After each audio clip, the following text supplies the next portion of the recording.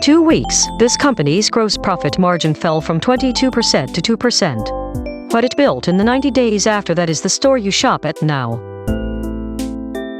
The company's own frequently asked questions page says this, quote, "Sale is a 4-letter word to us. We have low prices every day. No coupons. No membership cards. No discounts." End quote. Read that again.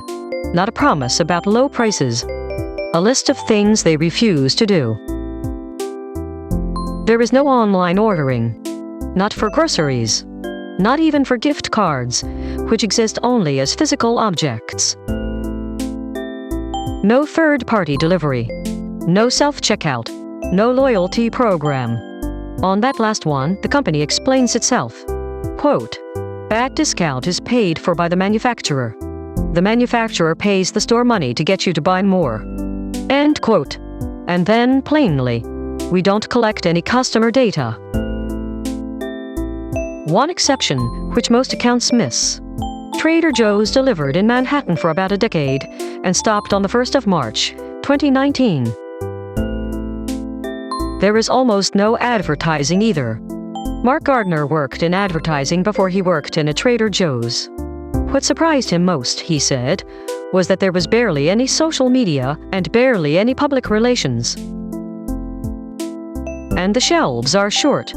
Fewer than 4,000 items. Chief Executive Matt Sloan says a normal grocer carries 50,000. The Industry Association FMI puts the 2025 supermarket average at 33,248. 8 times, or 12.5. Both numbers are worth keeping, because one of them is the company describing its rivals. Joe Coelho was born in San Diego on the 3rd of June, 1930. He died in Pasadena on the 28th of February, 2020, at 89. He opened his first Pronto Market in Pacific Palisades over Memorial Day weekend, 1958, 2,500 square feet. By the mid-60s, he had 18 of them. Then, in October 1965, his backers sold out to Southland, the parent company of 7-Eleven. His funding was gone, and the company that now held it was moving into California. What he did next he attributed, for the rest of his life, to a short item in a magazine. Quote, "There was an article in Scientific American that 60% of the people who were qualified to go to college were actually going. I felt that this newly educated, not smarter, but better educated, class of people would want something different. That's how Trader Joe started." End quote. The first store opened in Pasadena in August 1967, on Arroyo Parkway, in a converted water treatment building, 7,500 square feet. He stocked it with 100 kinds of scotch, 70 bourbons, 50 whiskeys. Pasadena was not an accident. All the Trader Joe's stores, he said, were near centers of learning. He opened the first one there because Pasadena was the epitome of a well-educated town. The Trader Joe's that exists now, 4,000 items, private label, direct from the maker, is usually described as Coelho's founding insight. It was not. At the end of 1976, California repealed fair trade on liquor and stopped enforcing minimum milk prices. Coelho's account of what happened next is one sentence long. Quote, "Our gross profit went from 22% to 2% in 2 weeks." End quote. He rebuilt the company in 90 days. The rebuild is the model. Buy in very large volume. Deal directly with whoever makes the thing. Pay suppliers quickly. And own the inventory, rather than take it on consignment. Which produces a genuinely unusual sentence in American grocery. Quote, "We don't charge slotting fees. The people who make the things we sell don't pay us for shelf space." End quote. And so, the only way we make money at Trader Joe's is when a customer buys something at the register. Most of the aisle, everywhere else, is rented. While Coelho was rebuilding in California, 2 brothers in Germany were finishing a divorce. Carl and Theo A.H.L. Brecht split their company in 1960 or 1961. The company's own history and Forbes disagree, and separated it legally in 1966. The reason most often given is cigarettes. Carl thought they attracted shoplifters. But the journalist Martin Keouna disputes that and puts it down to differences in management style. Both accounts are in circulation. Neither has been settled. What matters is the division. Carl's AHLD sued took the American ALDI name and opened its first Iowa store in 1976. Theo's AHLD Nord took France, Spain, Belgium, the Netherlands and Poland and no way into the United States under his own sign. Forbes put the consequence in one sentence in Theo's obituary. Quote, barred by the agreement from opening Aldi stores in the U.S., Theo acquired discount food chain Trader Joe's in 1979. End quote. He did not buy it because he loved it. He bought it because his brother had taken the name. One detail from the sale is worth keeping. Keouna held the majority, but he and the employee shareholders sold together 45% between them, and he insisted every shareholder receive the same price per share. He stayed on as chief executive until 1988. And one correction, because the shorthand is nearly universal. AHLD Nord does not own Trader Joe's. Three family foundations established in 1973 hold the shares in AHLD Nord and in Trader Joe's. They are sisters under one trust, not parent and subsidiary, which is how Trader Joe's can say, accurately, that it operates independently of AHLD Nord, while having exactly the same owners. To understand why none of this is ever discussed, go back to 1971. Theo A.H.L. Brecht was kidnapped and held for 17 days. The ransom was 7 million marks, roughly $2 million.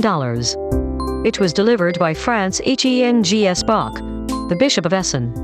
About half was recovered. Afterwards, he sued to deduct the ransom as a business expense. He lost. Then he disappeared. Forbes described the brothers as more reclusive than Yetis. Two photographs of Theo are generally available. One from 1971 and one from 1987. He traveled in an armored car by a different route each day and never spoke publicly. Trader Joe's silence about its own numbers is not a policy invented in Mon-Rohva. It is inherited. In the summer of 2010, a reporter from Fortune asked Joe Keouna what he had sold his company for. He said he didn't remember. The same conversation produced the line that has followed him ever since. Quote, my children say the A.H.L. Brechts owned a business, but I owned a cult. End quote. 46 years after the sale, the price is still not on the public record. Fortune called the management, quote, obsessively secretive. It noted that the Mon-Rohva headquarters has no sign on it, and it observed that the company had never cooperated with a significant article about how it runs its business. The store count is knowable because the company publishes it. 543 stores across 42 states and the District of Columbia in May 2023. Revenue is a different matter. There is no official figure. There has never been one. What exists is a spread of estimates. And they do not agree with each other in ways that should embarrass everyone who repeats them. Fortune estimated roughly $8 billion.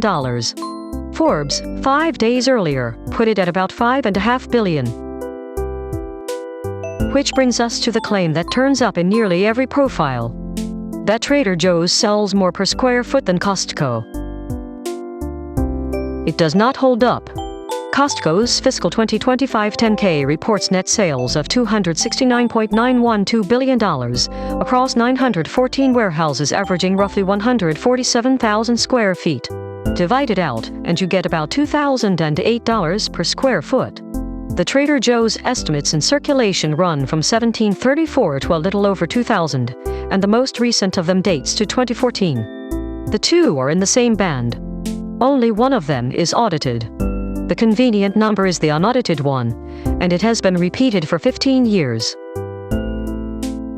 There is a place where Trader Joe's is contested, and it is not its nationality. In February 2026, Forbes named it the best large employer in America, up from second the year before, on a survey of more than 217,000 workers. That is the company's strongest evidence, and it should be stated at full strength. Since 2022, 5 stores have voted to unionize. Hadley, Massachusetts, 45-31, the first. Minneapolis, Louisville, Oakland, and Chicago's North Center, where a 71-70 result turned on a single disputed ballot that the Labor Board counted in July 2026. One store, Essex Crossing in New York, tied 76-76, and therefore failed. As of this month, no store has a first contract. On the 16th of January, 2024, at a hearing before Administrative Law Judge Charles Moule, the company's lawyer argued that the National Labor Relations Act, including the board structure and its administrative law judges, is unconstitutional. Amazon and Starbucks have made the same argument. The same firm represented SpaceX. The ending mostly went unreported. In a footnote to his decision of the 8th of November, 2024, Moule recorded that Trader Joe's had made no argument in its brief in support of that defense. It raised the Constitution and then declined to litigate it. Fill in the 6 cells and half of them come back blank. Born in Pasadena. Headquartered in a building with no sign. Owned by 3 German foundations. Where it is incorporated, not disclosed. Who makes the food? More than 80% of it is private label, and the only manufacturers anyone can name for certain are the ones that appear in federal recall records. Which is how we know that the steamed chicken soup dumplings recalled in March 2024 were made by CJ Foods Manufacturing Beaumont, a Korean company making the dumplings for a German-owned American grocer in California.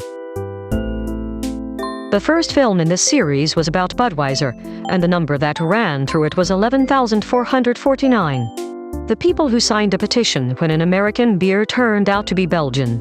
Trader Joe's has been German-owned for 46 years. There has never been a boycott over it. Kueloen was asked what he sold it for, and said he didn't remember. 46 years on, that remains the most complete answer anyone has given.